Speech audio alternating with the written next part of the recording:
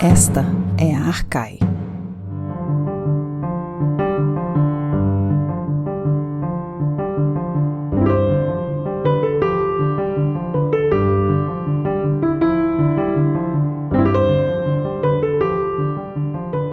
Bem-vindas e bem-vindos a mais um episódio do podcast Arcai. A personagem de hoje é o Estratônico e o nosso convidado especial para falar sobre essa personagem é o Fábio Vergara Cerqueira, professor titular de História Antiga do Departamento de História da Universidade Federal de Pelotas. Junto comigo para essa entrevista estão a Bia de Pauli e a Fernanda Pio na produção. Seja muito bem-vindo ao nosso podcast, Fábio. É uma alegria poder estar aqui com vocês no podcast do Arcai. Sou um admirador de todo o trabalho aí do Gabriele com o Arcai e tenho admirado bastante o trabalho de toda a equipe do podcast. Já estou até utilizando com meus alunos. A gente fica super feliz e, todos metidos que estamos aí, sendo usados como material didático. É muito legal saber disso, Fábio. E, mais uma vez, é um prazer termos você conosco aqui. Vai ser um papo muito interessante de já iniciarmos sabendo sobre você, como a gente sempre faz, né? E a gente sabe, que você está no Departamento de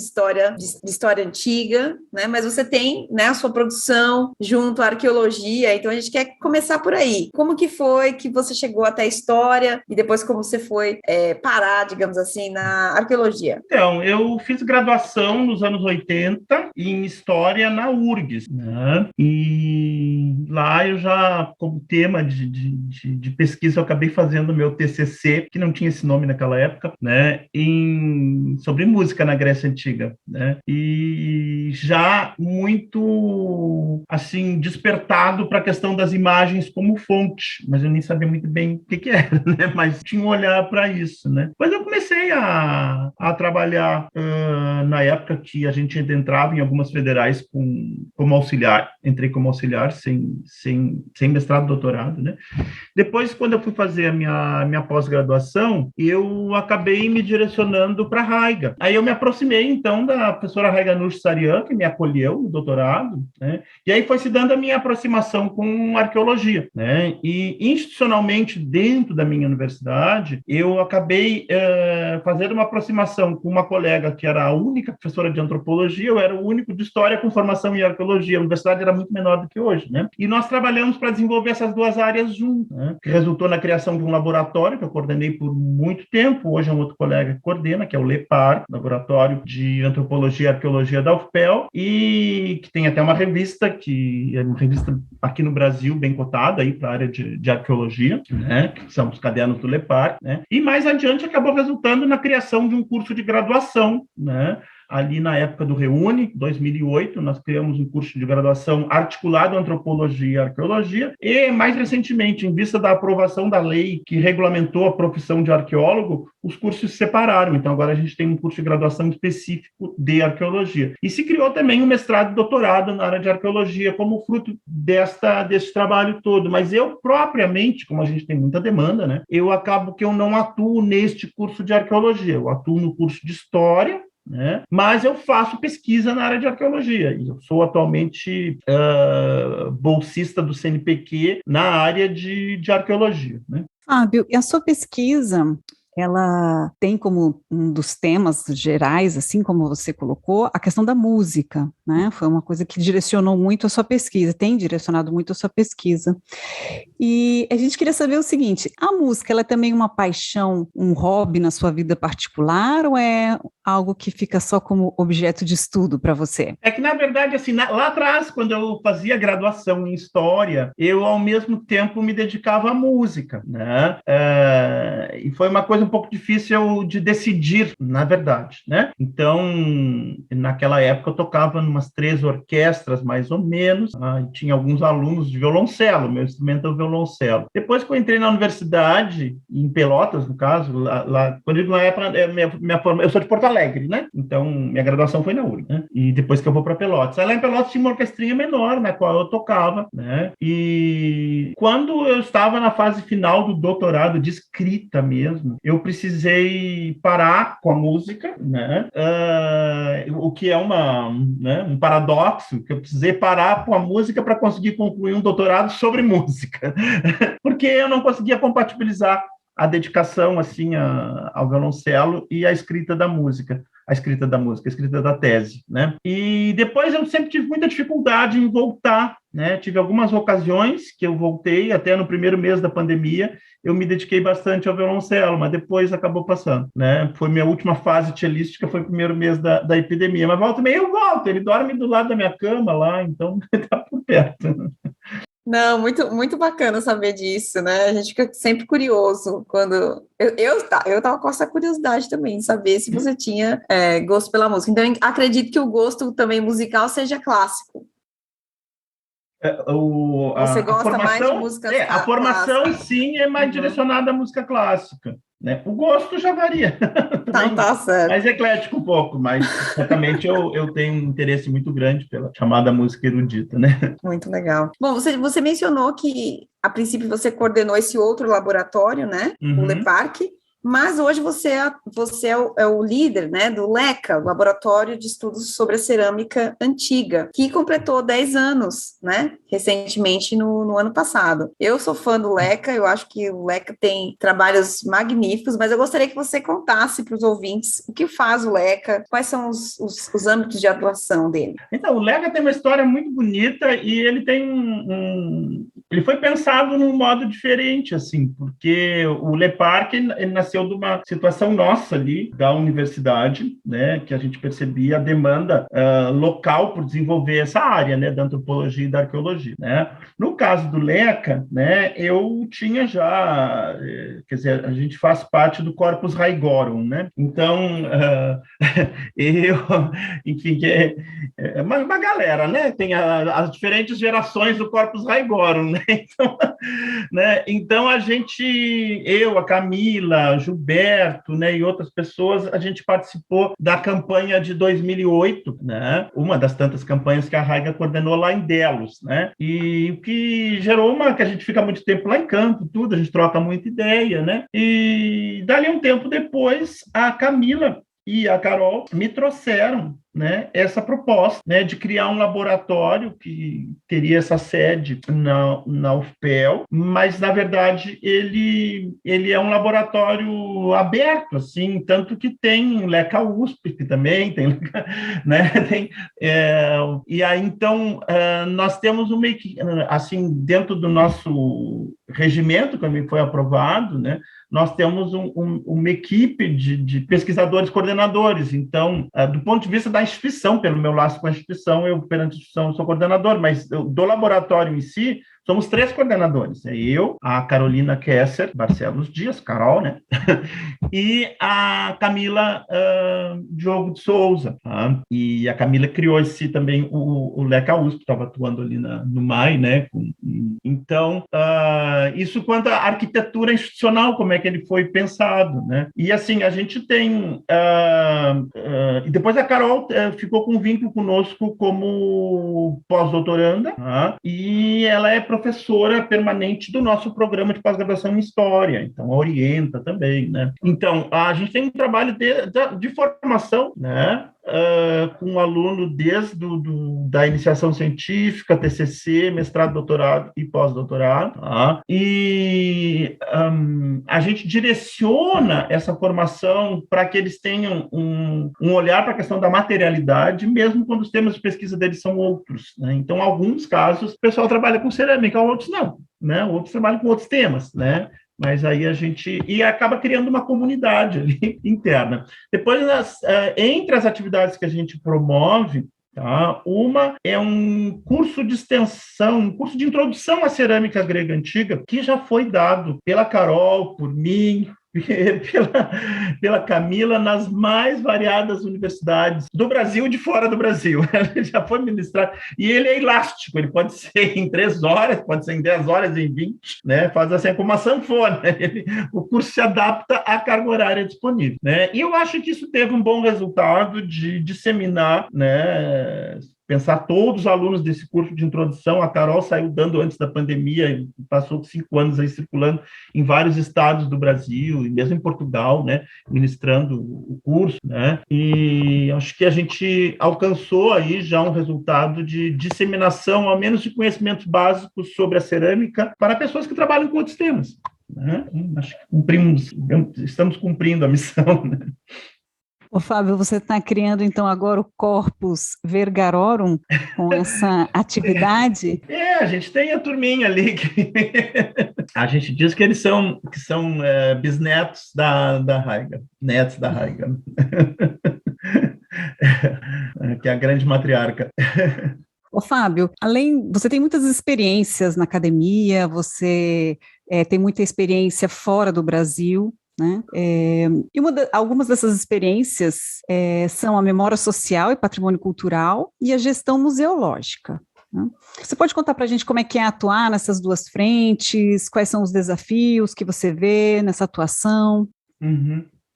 Pois então, na época que eu estava voltando do doutorado, tá, eu senti uma necessidade de desenvolver algumas linhas de atuação que eu tivesse uma vinculação maior do ponto de vista local e regional, né? E as minhas vivências de fora do Brasil e outros lugares, né? E quando eu voltava para Pelotas, eu percebia um potencial muito grande da cidade, da universidade, da região, né, no tocante às questões de patrimônio e memória, e como contribuir para desenvolver essa área podia ajudar a cidade e a região, né? E acaba que essa atuação foi convergindo com a atuação de outros colegas, né? E uma trajetória, então, costurada, né? Muito bonita, assim, como instituição, e eu fico feliz de participar dela, que, enfim, hoje nós temos um PPG de memória e patrimônio que é de referência latino-americana, nós temos demanda de estudantes que vêm da Europa, que vem do México, que vem de outros lugares, né?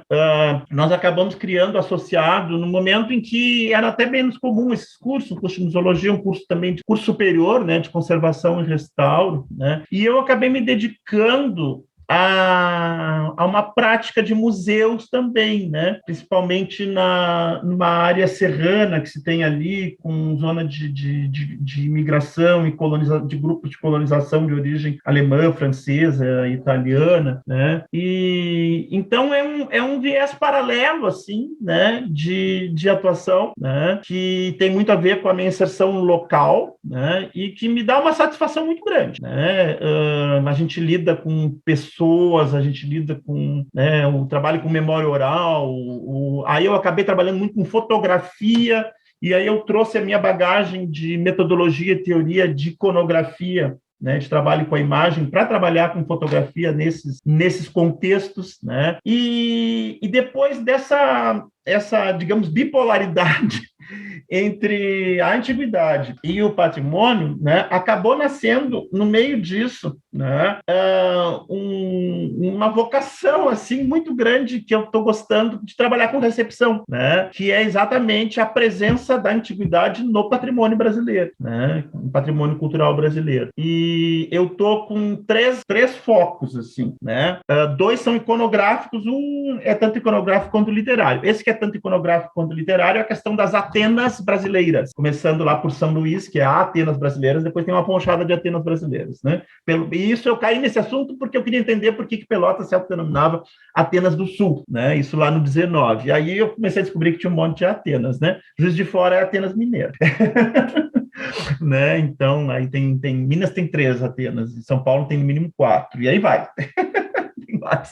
Né? E aí o outro tema é com a recepção da música antiga, que se bifurca em 2 projetos, porque eu faço a recepção da imagem dos instrumentos musicais. Então é o que eu chamo de iconografia urbana, que é a presença dos instrumentos, sobretudo os instrumentos de cordas, na cidade, né? Na arquitetura, com imagens adoçadas aos prédios, em estátuas, né? Às vezes a decoração interna também, que eles estão presentes, né?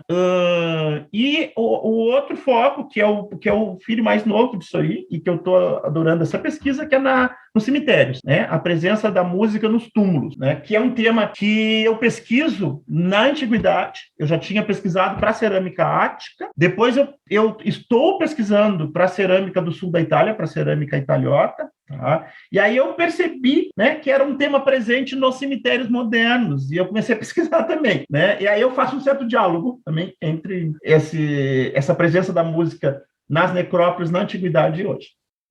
Nossa, excelente, Fábio. Você falou do cemitério, né? Às vezes eu ando aqui no cemitério perto de casa e tem um túmulo de um jazzista. Tem o teu pé, né? Por causa dos problemas. É verdade. Tem um túmulo de um jazzista que tem os instrumentos e as notas musicais inscritas na lápide também. Bem interessante mesmo. Depois. Mando sim. Então vamos fazer então um intervalo, Fábio, e já voltamos para falarmos sobre o estratônico. Certo.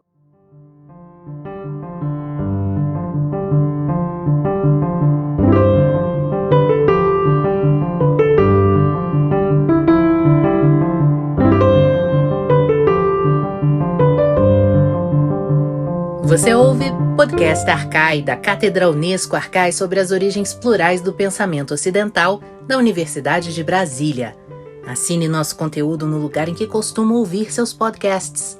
Fique por dentro de tudo que rola na cátedra em arcai.nb.br e nas redes sociais @arcaiunb. E lembre-se, Arcai é com CH.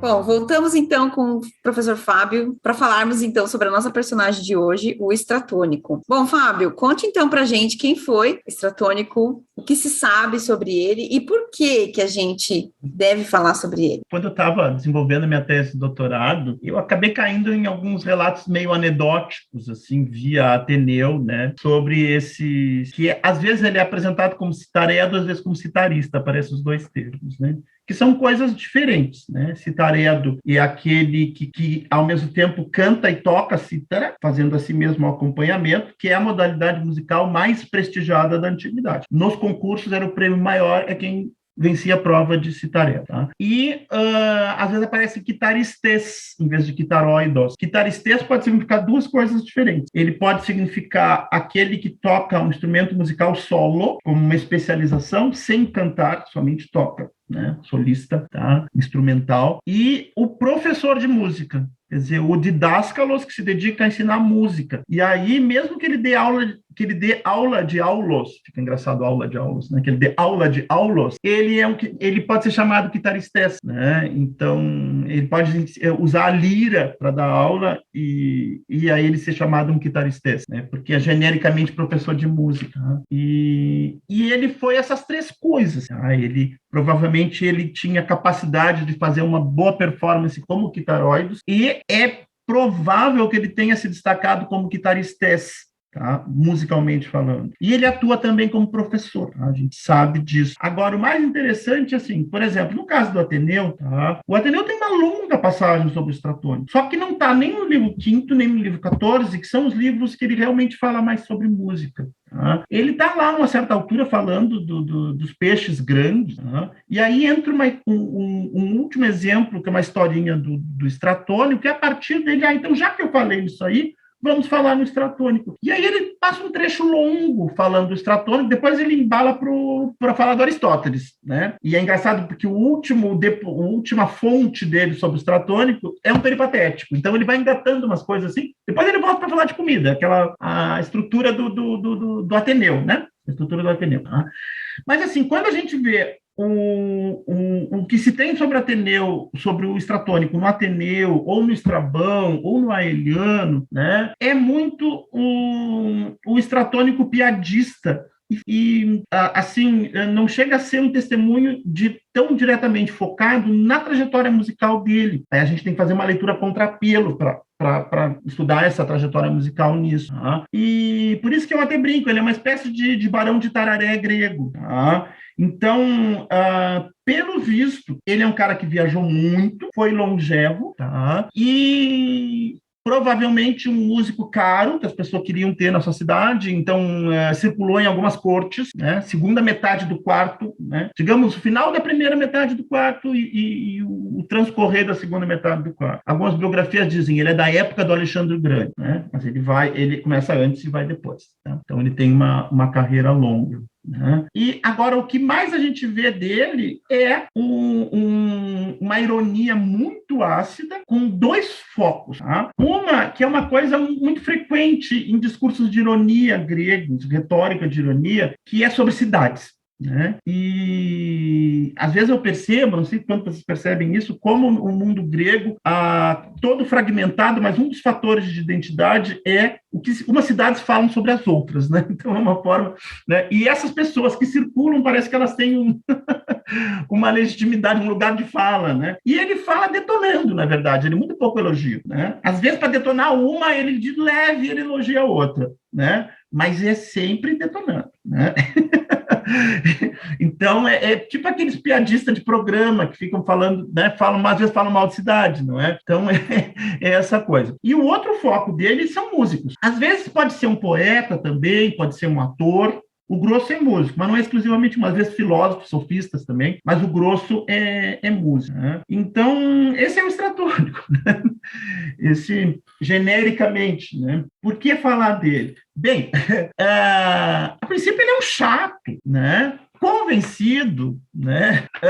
Como é que se diz? Arrogante, né? Petulante. Por que falar desse cara, né? Provavelmente havia até sabe esses críticos, tipo crítico de arte, de cinema, que tem que chamar ele porque ele é importante, porque dá reverberação, mas todo mundo morre de medo da língua. Eu acho que o estratônico devia ser mais ou menos isso. E, no entanto, eu comecei a prestar um pouquinho mais atenção e, por exemplo, o Éforo, que é um historiador mais ou menos contemporâneo dele, ele diz que ele não é o primeiro, ele diz que nisso ele está emulando o Simônides. E ele fala também do Filoxeno de Citera. Então, me deu a perceber que isso, na verdade, é um tipo de retórica na qual alguns poetas ou artistas da performance que circulam acabam se destacando. E é uma forma também de se valorizar profissionalmente. Agora, tem toda uma questão de humor, né? E por isso que eu acho engraçado, porque a tradição posterior acabou fixando mais isso do que, inevitavelmente, ele teve uma trajetória de destaque. Tá? Mas acaba falando pouco da trajetória de destaque, a gente quer saber... Aí eu sei, por exemplo, que ele venceu um concurso musical em Sicyon, porque conta ali que ele derrotou, e aí ele foi lá no santuário de Asclépio e botou uma inscrição, né? um troféu, né? Marcando a vitória dele e com inscrição, né? Aí, dizendo assim, estratônico, vírgula, espólio dos maus citaredos. Na verdade, o que está ali em grego, eu vou perder tempo se eu catar aqui, mas passa que seja mais citarista do que citaredo, porque, na verdade, ele bota do verbo. Então, ele dizia assim, ó, estratônicos, apó, tom, cacos, quitarizonton. Então, é aqueles que quitarizem, né? Que é o quitaristes, então, que é o que os que quitarizem, né? Senão, porque não tem o verbo cantar ali, não tem nada referente ao canto. Então, por isso que eu digo, provavelmente, ele tenha um destaque na citarística, que é diferente da citaródia, né? E o termo grego seria psides quitarices. E tem uma passagem que é lá no final desse trecho, que é a mais importante de um ponto de vista de trajetória de biografia, que é um trecho que o Ateneu cita do Fânias, que, enfim, é um peripatético de Lesbos, em que ele, então, comenta que uma das coisas que a gente sabe do estratônico, é que ele teria acrescentado cordas para a psides quitarices. Normalmente isso está traduzido errado, está traduzido como música simples, porque esse psides aí, que é simples, ele, quando se identifica o psides quitaris, isso quer dizer simples porque é solo, né? É a música solo, né? Então, às vezes, nas traduções, o pessoal não conhece tanto a terminologia musical. Então, na verdade, psides quitaris é um gênero, é o adjetivo junto com o substantivo. Então, mesmo que ele fosse capaz da citaródia, é muito provável que ele tenha se especializado na citarística. Então, a gente acaba sabendo disso aí por causa do conteúdo de ataque. Tem um outro, na escola dele, ele teria também um outro lugar que ele tinha vencido um concurso, ele botou um troféu também, e ele disse assim, era na escola dele em Atenas, contra os malcitaristas, que de novo é o quitarizonton, né? Não é quitaroido, tá ali, quitarizonton, né? Então, contra os malcitaristas. E aí, então, esse humor que ele tem, até poderia citar alguns exemplos, né? Ele tem, por exemplo, um citaredo chamado Cleon o Boi, né? Que tocava muito mal. E eu não sei se vocês conhecem que tem aquele provérbio, até o Varrão tem uma sátira que ele dá esse nome, né? O Asinus ad liram, né? O asno com a lira é um provérbio. E aí ele diz, não, de agora em diante a gente tem que dizer o boi com a lira. Então, tem uma erudição ali, né? Tem o caso de um aulex chamado Faon, que toca lá e se acha muito bom. E aí ele diz, não, ele acha que está tocando harmonia, mas na verdade ele está tocando cadmus, com alusão à deformação do cadmus ser uma música assim, deformada. Tem um outro caso de um professor que estava apresentando um aluno deles para os amigos, como se ele fosse um excelente aluno. Na verdade, o Stratônico acha ele horrível, né? Então, ele diz, então, olha só, o Cita apresentando esse aí, né? O Cita, porque os Citas eram famosos por desprezar a música, né? Então, o tal que está dizendo. Tem um outro, um último exemplo, assim, né? Não, vou dar mais dois. Um que o citaredo se chamava Zetos, né? Zetos, irmão gêmeo do Ânfilo, né? Aí ele disse assim, poxa, mas isso aí é o último que pode querer falar qualquer coisa de música, porque se realmente ele fosse um bom citaredo, o nome dele seria Ânfilo, e não Zetos, né? Então ele vai com essas coisinhas. Tem um citaredo lá, um citarista, que se orgulhava de um aluno dele ter vencido um concurso musical em que ele teria derrotado o Timóteo de Tebas. E aí ele diz assim, tudo bem, mas tem que saber que o fulano ele compõe decretos e o Timóteo compõe nomoi, né? Putz, aí tem porque nomos, ao mesmo tempo, é lei, né? Mas nomos é o gênero literário, o gênero canção, né? Mas são canções fixas, que ficam para a eternidade, digamos assim, né? Tipo nomos poliquéfalos, nomos píticos. E o decreto é um pouco uma ironia, aquela lei que tu bota ali, que muda toda hora, né? Só que, ao mesmo tempo, isso tem toda aquela questão do decreto contra o Timóteo, que teria tentado, ao tocar em Esparta, acrescentar mais cordas à lira, e aí teria sido proibido. Então, tem todo um... Então, ele usa coisas que, ao mesmo tempo, algumas estão numa bagagem cultural mais comum, outras que demandam, né, uns truquezinhos para pensar, né? Então, só mais um exemplo, Bia. Tem um músico lá, cantor, né, que estava cantando com a cítara, né? Um citaredo. E aí ele achou horrível, pediram para ele ouvir, ele disse, esse aí, Zeus deu um, mas não deu o outro. Mas o que você quer dizer com isso? Não, ele fez um pedido para Zeus, que foi tocar mal. E Zeus atendeu. E ele pediu para cantar bem, esse Zeus não atendeu. Então... Muito bom. E vem cá, ele sendo assim, essa figura crítica, falando mal de todo mundo, azeda, como você falou, né? Ácido, né? Que você falou, aliás, né, Fábio? Ao mesmo tempo, demonstrando essa erudição através, né, dessa crítica, né, desse gênero piadista. Né? Agora, é possível apreender das coisas que ele faz, das críticas que ele faz, ou seja, ao mesmo tempo que ele está falando mal de todo mundo, é uma fonte de conhecimento para a gente saber sobre os músicos da época, os outros músicos da época? Sim, e bastante. Primeiro, ele viaja pra caramba. Eu fiz um levantamento aqui, para vocês terem uma ideia. Tem vários lugares que diz que teve lugar, mas não diz onde. Mas depois, assim, Rhodes, Milace, Pela, Abdera, Reino do Ponto, onde ele ficou um baita tempo com o rei Berizades lá, Corinto, entre os citas, Chipre, Éfeso, Bizâncio, um distritozinho de Mileto, um lugarejo, assim, que era uma porcariazinha que não diz o nome, Corinto, Heracleia, na Itália, né, Maroneia, muita coisa na Ásia Menor, Cárdia, né, que é lá na Trácia, né, ali na Turquia Europeia, né, Sicyon, Fazeles, que é uma colônia de Rhodes, e como é o nome eu me esqueci agora o nomezinho, sim, Fazeles fica na Lícia, sul da Turquia, ali, perto de Chipre, lado da Turquia. Então, tem uma das passagens que exatamente pergunta perguntam ele por que ele viaja tanto. E ele diz, não, eu viajo tanto porque as musas me garantiram como os gregos são ignorantes, que eles têm que pagar para mim. É horrível, né? Mas assim, talvez nem todos viajassem tanto quanto eles, mas os músicos circulavam. Uma outra questão é, como dizer, esse tal fulano que a gente conhece a biografia, ele é um músico de concerto, ou, no caso da citareda ou citarista, ou ele é um professor, né? O exemplo dele mostra que ele exerce as duas profissões alternadamente ao longo da vida. Agora, o que é interessante no estratônico, normalmente quando a gente pensa o guitarristês, aquele que tem uma didascaleia que funciona junto a uma palestra, junto ao ginásio, com aquela formação básica que o Platão e o Aristóteles recomendam, de não se aprofundar demais e tudo mais, pelo jeito a escola do estratônico não é esse propósito. Ela é para formar músico virtuoso. Tá? Então, ele não aceitava qualquer aluno, ele tinha poucos alunos. E aí, uma coisa muito legal, ele tinha em Atenas, provavelmente já em alguma etapa avançada de carreira, que ele tenha capitalizado bastante, uma escola em que ele tinha ali 9 estátuas de musas, mais a estátua do Apolo. Então, tem uma ocasião que ele está lá dando aula para 2 alunos, porque ele tinha aquela inscrição na frente da escola, que era para espantar aluno ruim mesmo, e a gente sabe de casos que ele manda embora alunos ruins, né? Tem um da Macedônia, dizendo, não, vai-te embora para Macedônia, porque também os macedônios eram conhecidos por não serem muito adestrados na música. Então, aí pergunta para ele, quantos alunos tu tens?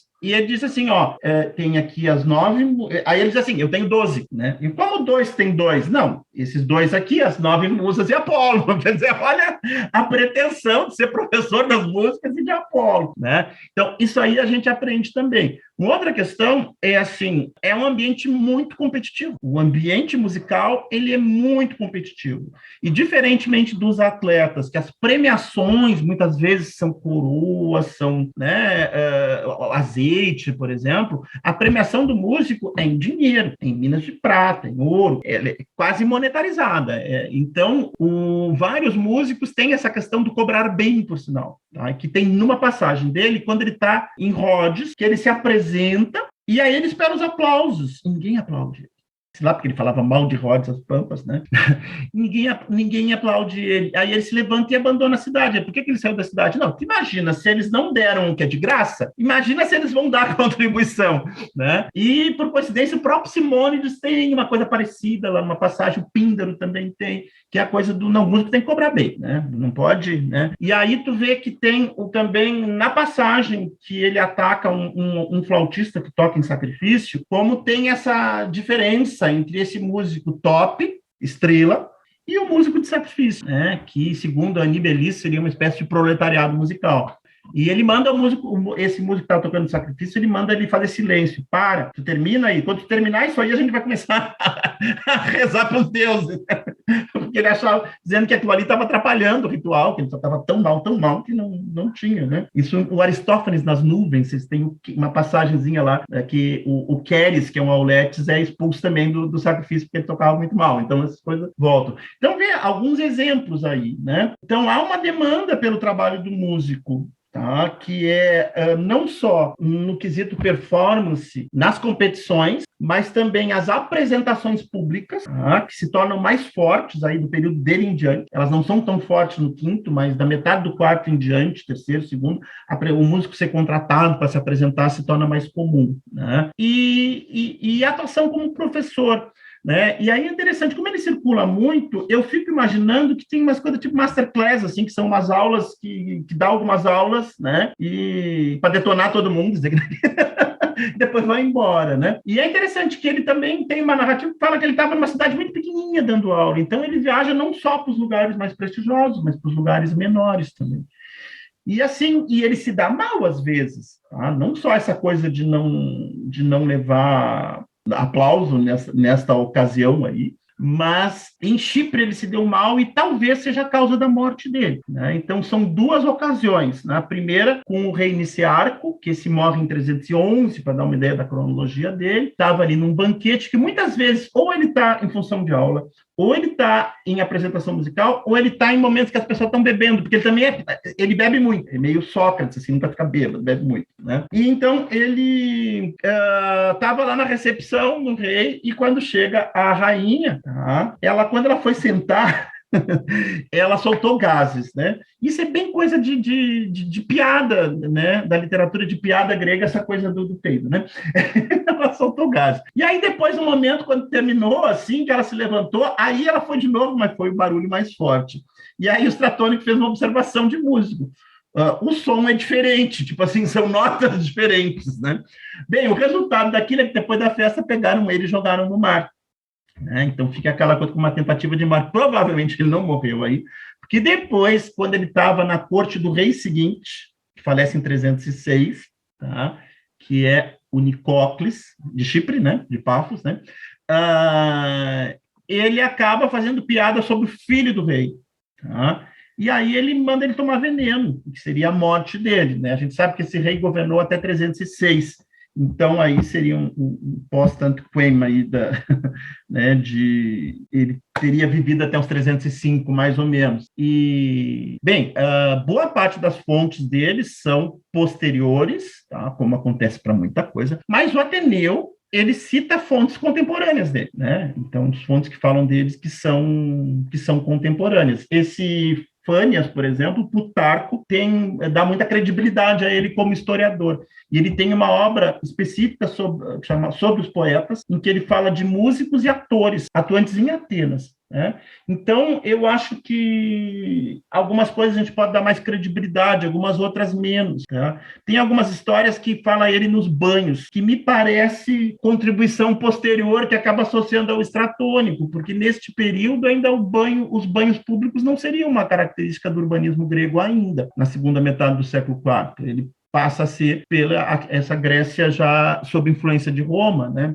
Banho público no século IV. Então, me parece que algumas narrativas elas são contaminações posteriores, né? Mas aí ele não está citando fontes assim que tem essa cronologia mais recuada. Então, essas como o Éforo, como o Fainas, eu acho que elas dão uma credibilidade, né? E o Fainas diz, inclusive, que ele teria sido o primeiro quando ele dá a aula prática, de ensinar no início a teoria de harmonia, para conhecer a harmonia. E a segunda coisa que ele teria sido o primeiro é a criar um diagrama para fins didáticos com as notas musicais, coisa que a gente conhece pela Tábua de Alípios, que é do IV século depois de Cristo, mas segundo Fainas ele seria o primeiro. Né? Então, provavelmente, se ele não tivesse chamado tanta atenção por esse tal piadismo dele, talvez a gente soubesse mais da trajetória musical dos Stratônicos, que acabou sendo atropelada por aí, né? Mas não seria tão divertido, né? Certamente. Não, foi muito divertido saber sobre a trajetória, tanto sua quanto dele, e ver que algumas coisas na música permanecem, né? Essa coisa dos artistas viajarem muito, de cobrarem muito, falarem mal uns dos outros. Falarem mal, seriam os haters, tem hater por todo canto. Então, assim, algumas coisas permanecem, né? Mas, Fábio, infelizmente, o nosso tempo acabou, mas a gente gostaria muito, assim, de agradecer a sua presença, de trazer a música para nós aqui. Eu acho que foi muito especial ter essa participação de uma outra arte que não costumamos tratar aqui, e que, por mais música no podcast, música antiga e piadas também, tá certo? Muito obrigada, Fábio. Eu que agradeço a vocês.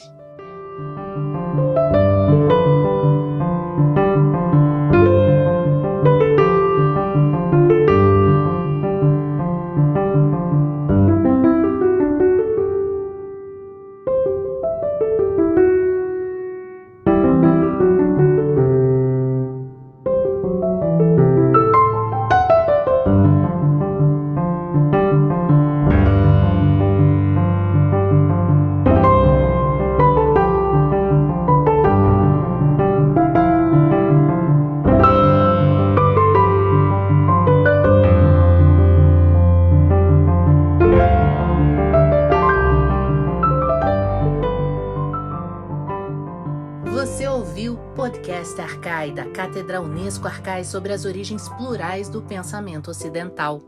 Produção: Ariadne Coelho, Arthur Sobreira, Beatriz De Pauli, Fernanda Pio, Flávia Amaral, Gabriele Cornelli e Lorena Ferreira. Locução: Marcela Diniz. Trilha de Dan Bodan. A Cátedra Unesco Arcai integra o programa de pós-graduação em Metafísica da Universidade de Brasília.